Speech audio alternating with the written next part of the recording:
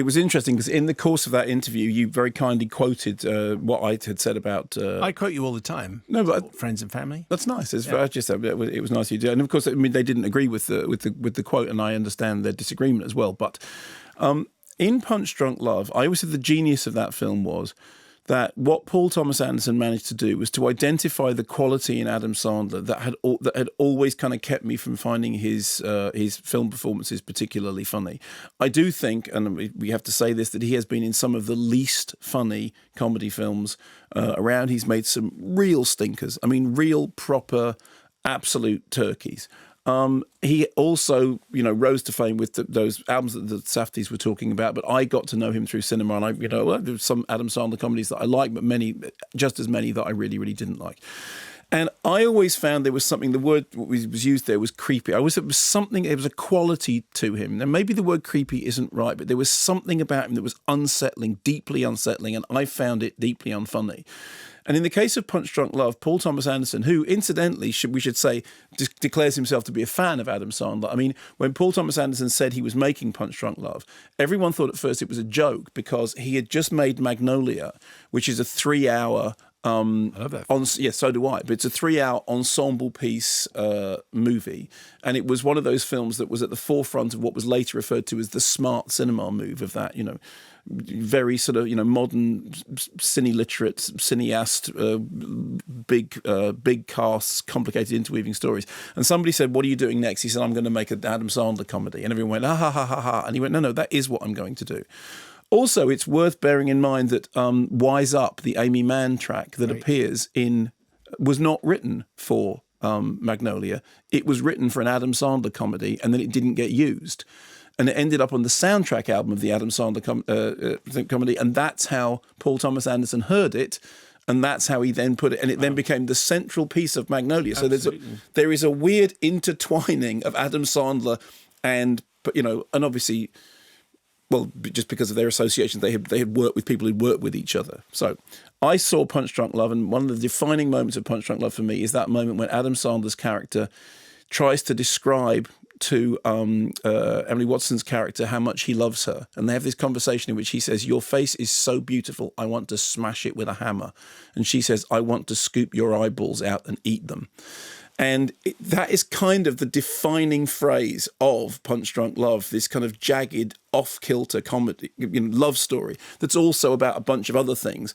But there is that central thing about Barry that he's like a volcano about to erupt, and there are these little interruptions of violence that happen. The bit when he smashes the window with the hammer, the bit when he breaks the unbreakable plunger, all this stuff, incidentally, which implies that he might be Superman, the bit when he tries to fly, the bit when he suddenly picks off the gang, he suddenly grabs the tire iron and takes out 4 people. Just to be clear, we're not talking about Uncut Gems yet. No, we're talking about Punch Drunk Love, and I absolutely thought that the genius of that film was that Paul Thomas Anderson had seen the quality in Adam Sandler that always made me find his comedies difficult, and had worked with it. And that came flooding back to me watching Uncut Gems. It was like watching a film, and it was interesting that they said, we've been trying to do this for 10 years, and he was the only person that we thought of that could make it work. Now, what's really interesting is that they said of his character, he has to be kind of lovable. You have to root for him.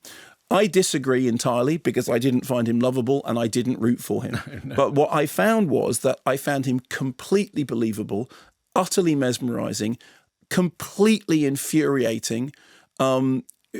Somebody whose company I found I keep going back to this phrase, like a rising wave of anxiety and panic. And what the film did, and it did it so brilliantly, that I actually sort of started to feel almost claustrophobic in its company, is it's like it grabs you because it ties you to this character who is so difficult. They described him as an eternal optimist. Said, the heart of a gambler is an eternal optimist. Again, my thing would be that the heart of a gambler is an addict.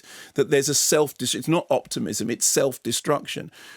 It doesn't matter whether or not you agree with how a filmmaker interprets their own film, because I think for a filmmaker to make a film convincingly, a filmmaker has to basically be on side often with the characters that they're working with.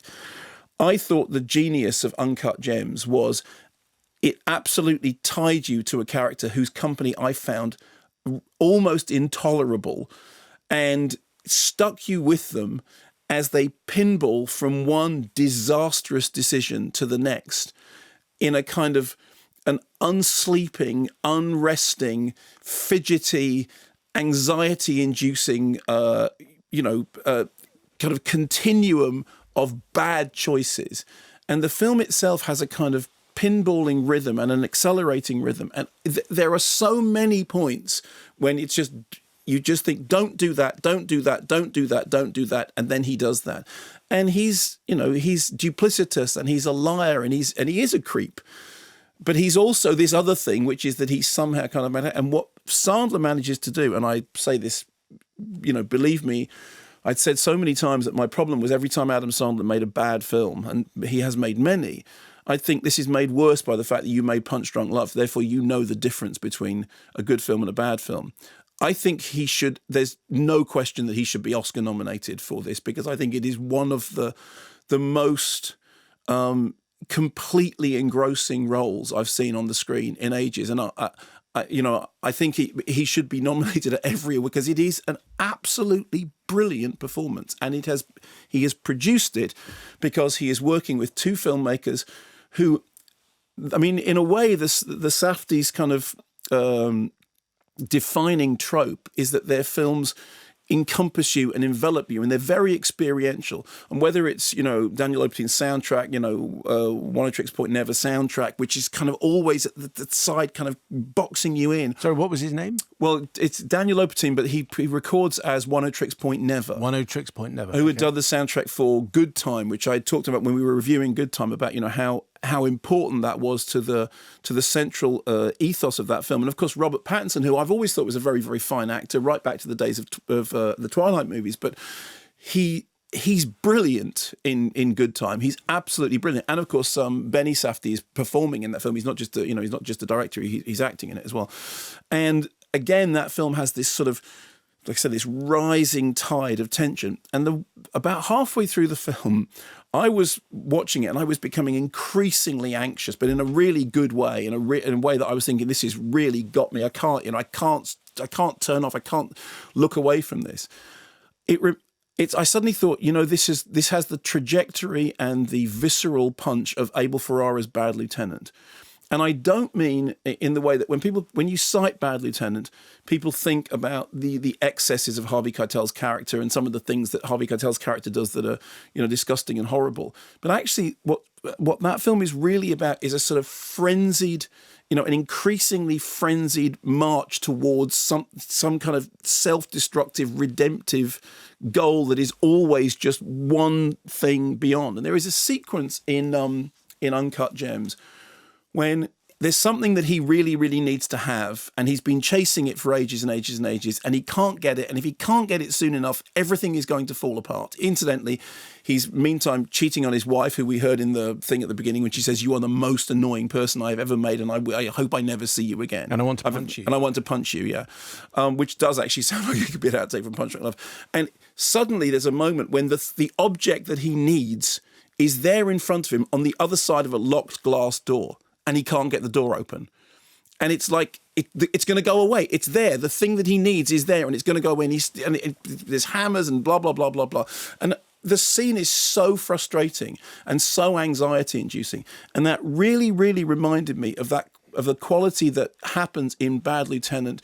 And Bad Lieutenant, which is the Abel Ferrara film with Harvey Keitel, makes even more sense if you understand the sports gambling that's going on the radio all the time in the background. It's a compressed time period in which it begins with a character in debt, and they have to get out of debt, and they have to get out of debt through a series of machinations that involve insane levels of dangerous gambling.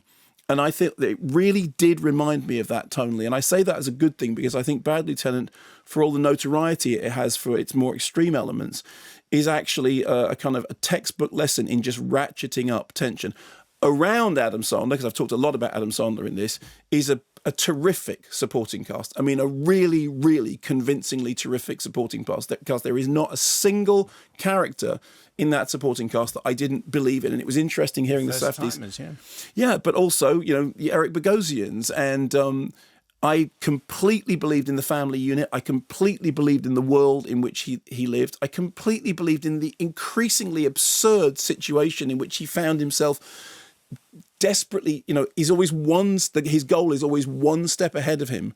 And then even whenever he attains it, he does something that puts it out of his reach again. It's like the whole film is like some kind of conceptual pawn shop when you've got something, but you've given it away for the wrong reason. And I found him infuriating, and I found his character really hard company, and I couldn't look away from the film. And like you said, at the end of it, I had to basically go and lie down. It's really something. Yes, and completely exhausting. Don't have a Red Bull or don't take a coffee in. No, that's right. Because you do not need stimulants. No, and you will not, you will absolutely not fall asleep. Even if you're the most exhausted doctor of all time, because you've been working incredible shifts, you can go and see this movie and you will not fall asleep. Yeah.